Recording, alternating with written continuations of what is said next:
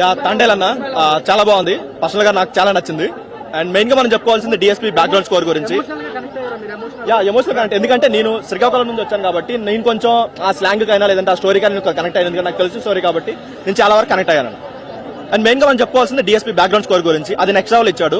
ఒకప్పుడు మనకి డిఎస్పీ ఏదైతే ఒక లవ్ స్టోరీస్ కైనా లేదంటే ఒక సాడ్ బీజం ఇస్తారని ఒక పేరు ఉందో, ఆ పేరు ఈ మూవీతో ఈ నెక్స్ట్ లెవెల్ తీసుకెళ్లాడు. అసలు మనకి ఏదైతే పుష్ప 2 తన మీద కొంచెం నెగిటివ్ వచ్చింది, ఎందుకంటే తన జ్యూస్ అయిపోయింది, బ్యాక్గ్రౌండ్ స్కోర్ చేంజ్ చేశారు అని ఇది వచ్చింది. కానీ ఈ మూవీకి 100% న్యాయం చేశాడు డిఎస్పీ అయితే. అండ్ నెక్స్ట్ చెప్పుకోవాల్సింది యాక్టింగ్ గురించి. హీరో హీరోయిన్ ఇద్దరు పోటీ పడేది యాక్ట్ చేశారు. మనకి చంద్రమోహన్ రెడ్డి గారు ఏదైతే వీళ్ళిద్దరు యాక్టింగ్ గురించి మనం మాట్లాడుకుంటారని చెప్తున్నారో, కామన్ 100% మాట్లాడుకోవచ్చు. వాళ్ళు 100% ఎఫర్ట్స్ పెట్టారు, 100% న్యాయం చేశారు. అది మన స్క్రీన్ లో కనిపిస్తుంది.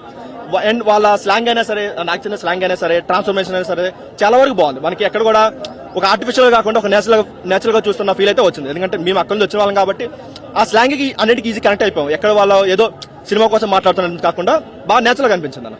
బాగా నేచురల్ వచ్చింది.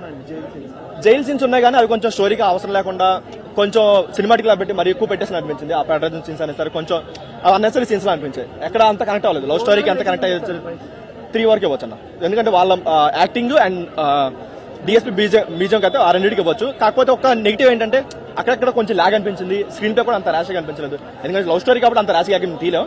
అది కొంచెం డల్ అనిపించింది అంత. అది కాకుండా